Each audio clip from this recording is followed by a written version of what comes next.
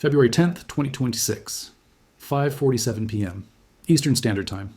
I'm looking at a price chart that violates every principle of free market economics.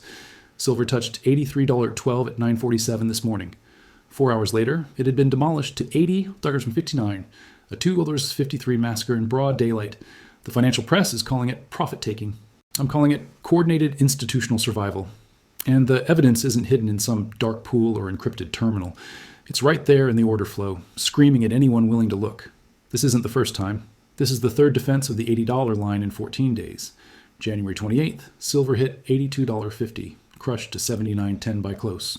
February 3rd, it reached $81.90, destroyed to $79.50.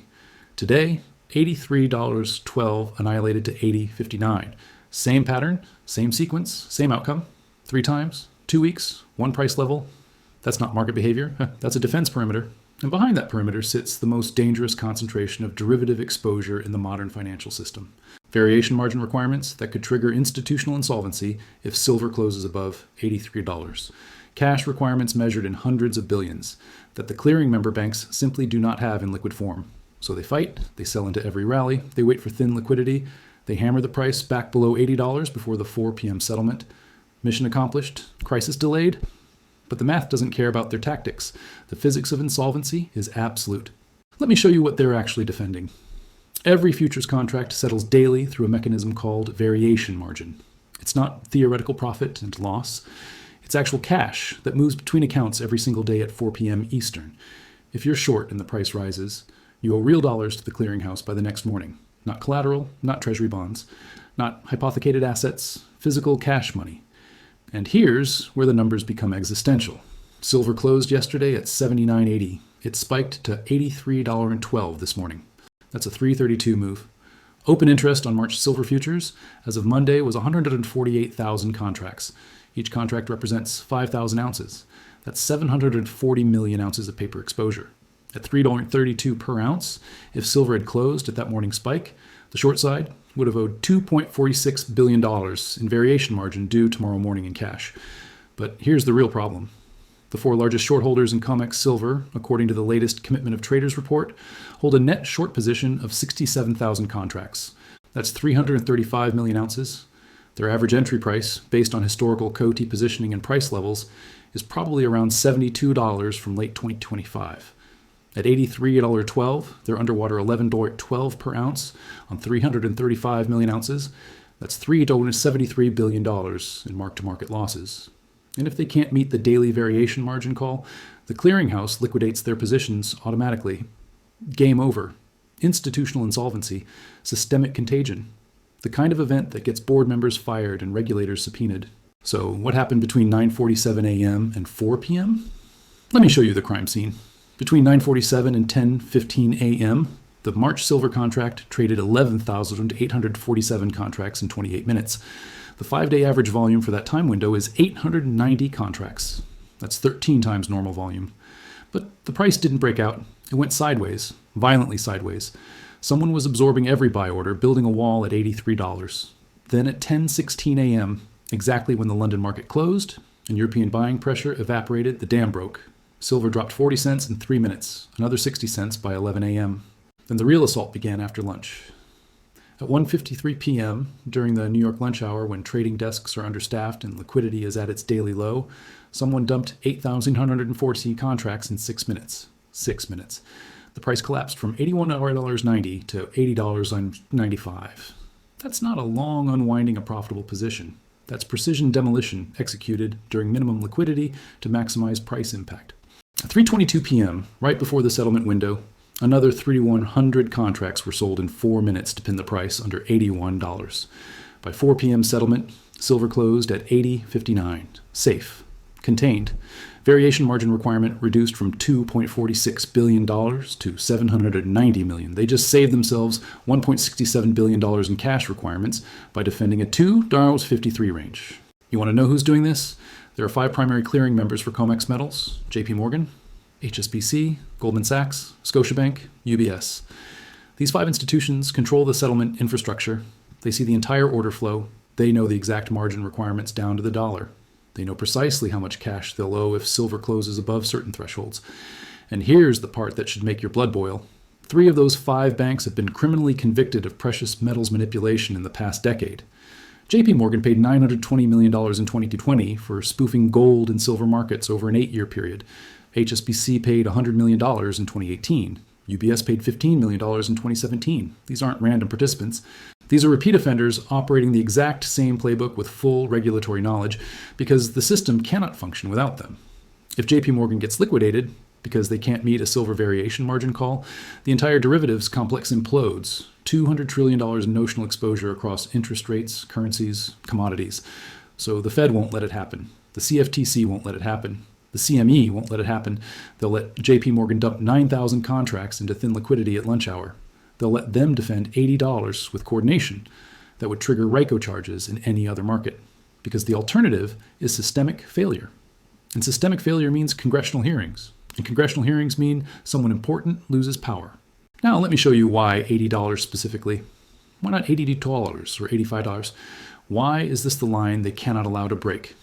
The answer is in the exponential pain curve of derivative exposure. At $80, the banks are stressed but functional. At $83, they're facing cash calls that approach their Tier 1 capital ratios. At $85, they're looking at variation margin requirements that exceed their available liquidity. At $90, 3 of the 5 clearing members are technically insolvent. The price level isn't arbitrary, it's mathematical. Every dollar above $80 represents exponential scaling of cash requirements because of the leverage embedded in the futures complex. And right now, at this moment, we are watching institutions with trillions in assets defend a $3 price range like it's the Maginot Line. Because if $80 falls, $90 comes fast. And if $90 falls, 3-digit silver becomes mathematically inevitable within weeks. Here's what makes this genuinely terrifying. The leverage in the paper silver market has completely decoupled from physical reality. COMEX currently holds 273 million ounces of registered silver inventory available for delivery. Sounds substantial until you realize the open interest represents 740 million ounces of claims against that inventory. That's a 2.7 to 1 leverage ratio on physical metal.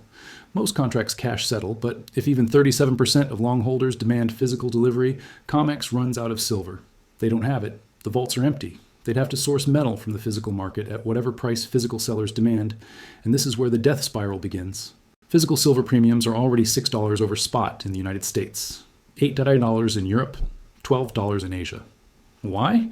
Because anyone who owns physical silver understands what's coming.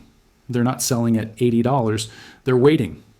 So if COMEX needs to source 230 million ounces to cover a delivery squeeze, they'll have to pay $100, maybe $120 per ounce, while the paper price is still trading at $80, which means COMEX loses $20 to $40 per ounce on every delivery, which means the clearing members absorb billions in losses, which means margin calls, liquidations, defaults. The derivative complex implodes. Let me give you historical context because this pattern has destroyed empires 3 times before. First, Rome. For 700 years, the Roman denarius contained 95% silver, a stable monetary system that built the greatest empire in human history. Then the wars came. The debts mounted. Emperor Nero began debasing the currency in 64 AD, reducing silver content to 90%. Marcus Aurelius dropped it to 75%. Septimius Severus to 50%. By 270 AD, the denarius was 5% silver. The currency collapsed. Hyperinflation destroyed the middle class. Now, the legions mutinied over worthless pay. The empire fragmented. The Western Empire fell in 476 AD, verified. Second, the Dutch. The Dutch guilder was backed by silver and gold for 200 years, making Amsterdam the financial center of the world in the 1600s. Then came the wars with Britain and France. The Dutch East India Company, the largest corporation in history, began issuing debt to fund military operations. The government guaranteed the debt. The debts became unpayable. In 1795, the French invaded and the Dutch Republic collapsed. The guilder was replaced. The reserve currency status transferred to Britain, verified. Third, Britain. The pound sterling was backed by gold for over 2 centuries, making London the financial capital of the world. Then World War I arrived. Britain borrowed massively to fund the war. By 1931, they couldn't maintain the gold peg. They abandoned the gold standard. The pound devalued 30% overnight. Reserve currency status began transferring to the United States. By 1945, the dollar was the global reserve. The pound never recovered. Verified. Same pattern, same sequence, same outcome. Debasement, war, debt, insolvency, collapse, currency replacement. And now, the United States. The dollar has been the global reserve currency since 1944.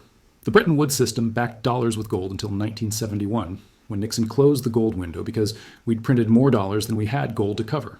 Since then, pure fiat, pure faith. And the faith is dying. The federal debt is $34.8 trillion. The deficit is $2.1 trillion per year. The debt to GDP ratio is 124%, higher than World War II levels. The Federal Reserve's balance sheet is $8.9 trillion, up from $4.2 trillion in 2020. They've printed $4.7 trillion in 6 years. Meanwhile, M2 money supply is at $22.1 trillion. And here's the number that should terrify you. The entire above-ground silver supply at $80 per ounce is worth approximately $1.8 trillion. That's 8% of the M2 money supply. In 1980, when silver hit $50, it was worth 22% of M2.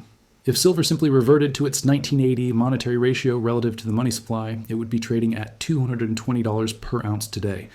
Not $80, $220. The suppression isn't just about clearing member exposure, it's about preventing a monetary revaluation that would expose 40 years of currency debasement to the entire world. Because if silver goes to $220, gold goes to $6,000. If gold goes to $6,000, the dollar's reserve currency status ends overnight. Foreign central banks dump treasuries, the bond market collapses. Yields spike to 8%, mortgage rates hit 11%. The housing market implodes. Banks holding mortgage-backed securities face hundreds of billions in mark-to-market losses. Regional bank failures, FDIC interventions, emergency Fed facilities, more money printing. The currency death spiral accelerates. This is the sequence. This is what they're defending against. Not a silver rally. The end of dollar hegemony. And every defense of $80 is another day of borrowed time before mathematics overrules manipulation. Let me show you what's happening right now in the physical market, because this is where reality is diverging from the paper price.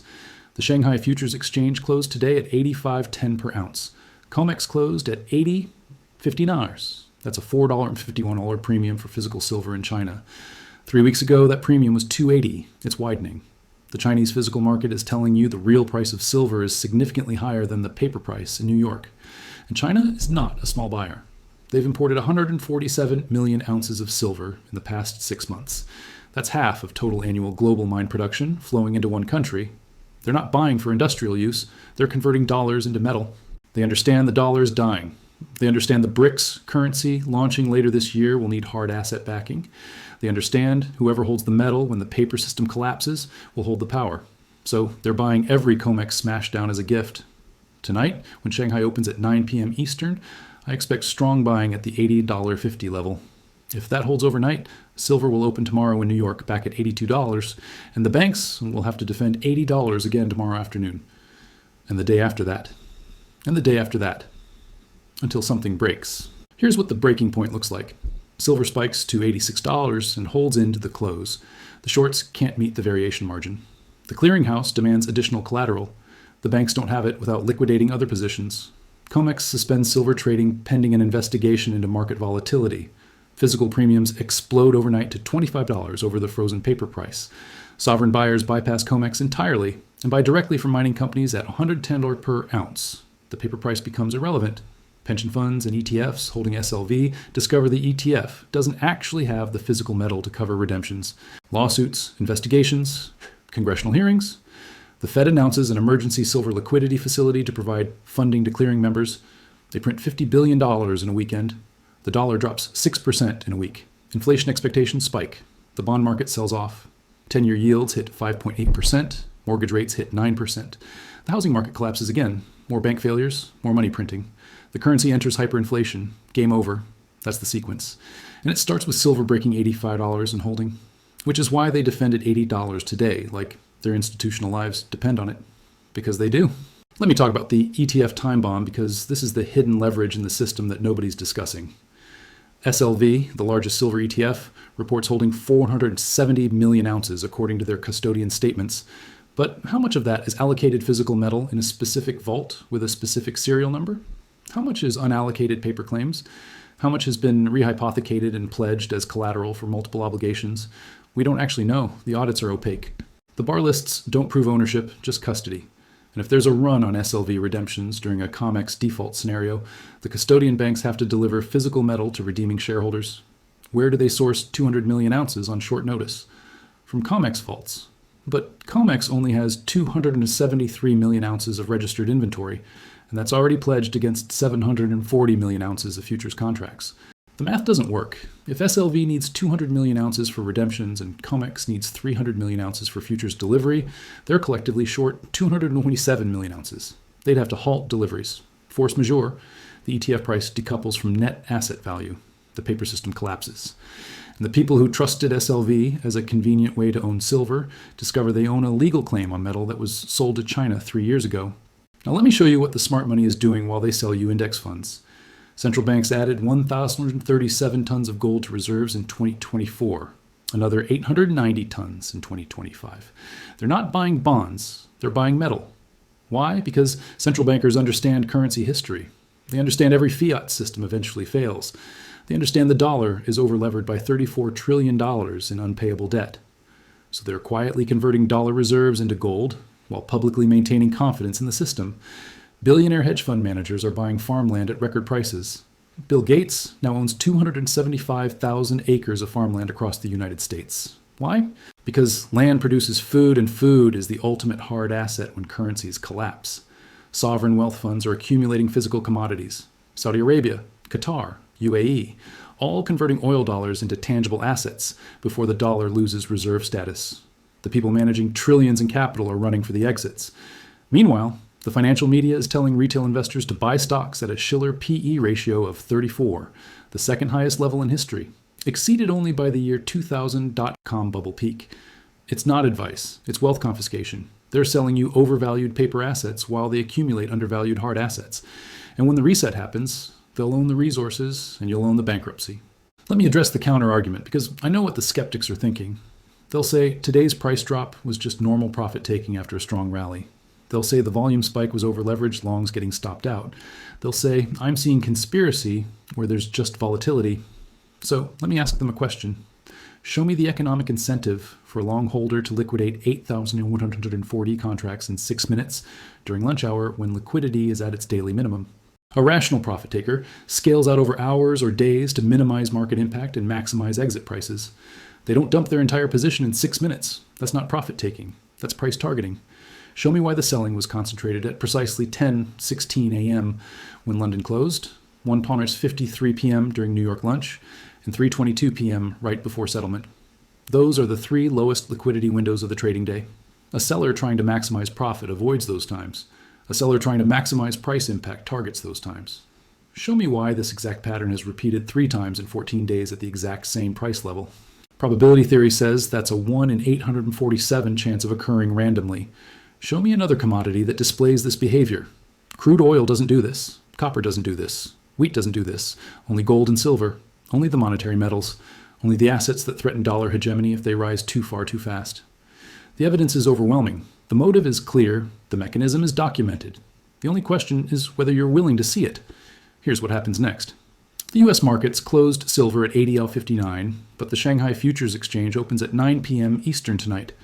The Chinese physical market doesn't care about COMEX margin dynamics. They care about metal. And they see $80 silver as a generational buying opportunity relative to the $85 physical price in Shanghai. They'll buy the futures, take delivery, drain the COMEX warehouses at subsidized prices, while the banks hemorrhage variation margin, defending a paper price that no longer reflects physical scarcity. This is the fatal flaw in the suppression architecture. You can control the paper price with leverage and coordination and regulatory capture.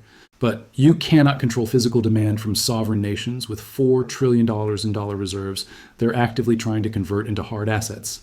The BRICS nations represent 45% of global population and 36% of global GDP. They're building a gold-backed trade settlement system that went operational in January 2025. They're settling oil contracts in gold-backed units instead of dollars. They're settling agricultural commodities. They're settling manufactured goods. The dollar is being systematically bypassed in real time while the Federal Reserve pretends everything is normal. And silver is the canary in the coal mine because silver is both an industrial metal and a monetary metal simultaneously. If BRICS nations start demanding silver for electronics manufacturing and monetary reserves at the same time, the market breaks immediately. And global mine production is 830 million ounces per year. Industrial demand is 520 million ounces. Investment demand is 200 million ounces. That's 720 million ounces of demand against 830 million ounces of supply. Only 110 million ounces of surplus.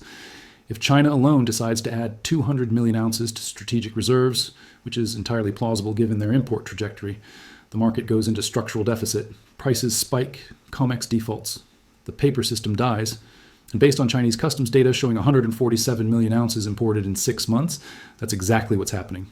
They're not waiting for the crisis, they're preparing for it. And when the crisis hits, they'll have the metal and we'll have the lawsuits. Let me show you the gold to silver ratio because this tells you where silver is heading. The ratio currently sits at 32 to 1, gold at $2,560, silver at $80. The historical average over the past century is 60 to 1. If the ratio reverts to mean, either gold collapses to $1,280 or silver rises to $152. Which scenario is more likely in an environment where central banks are buying gold at record pace and governments are printing trillions? Silver to $150. Not eventually, soon. The ratio is compressed from 38 to 1 in October 2025 to 32 to 1 today. That's 6 ratio points in 4 months. If that pace continues, we hit 20 to 1 by June 2026.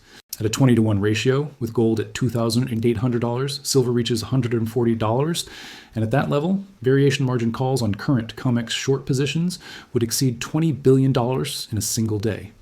Clearing banks don't have that kind of idle cash, so they'd be forced to liquidate assets, dump treasuries, and trigger collateral calls across their derivative books.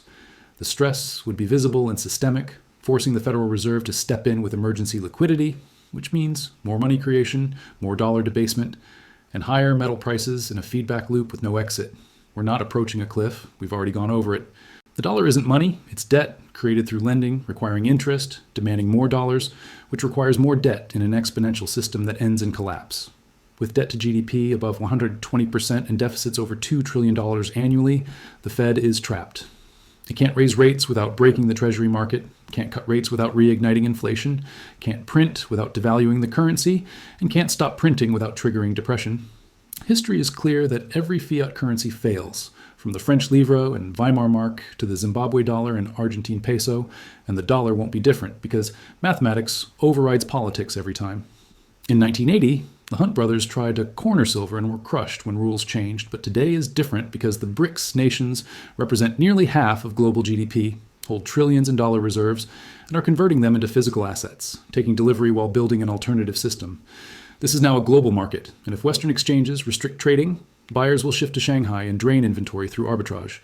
Suppression worked when dollars were scarce and metal was abundant, but now dollars are unlimited and metal is scarce, and the equation has reversed.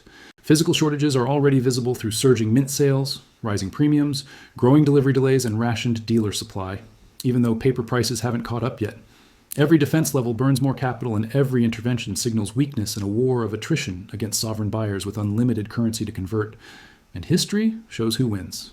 Survival means physical metals, productive land, practical skills, and strong community networks. Not speculation, but preparation. This isn't financial advice, it's pattern recognition. The timeline is compressing into days, weeks, and months. They defended $80 today and bought time, but the math is undefeated and the math always wins.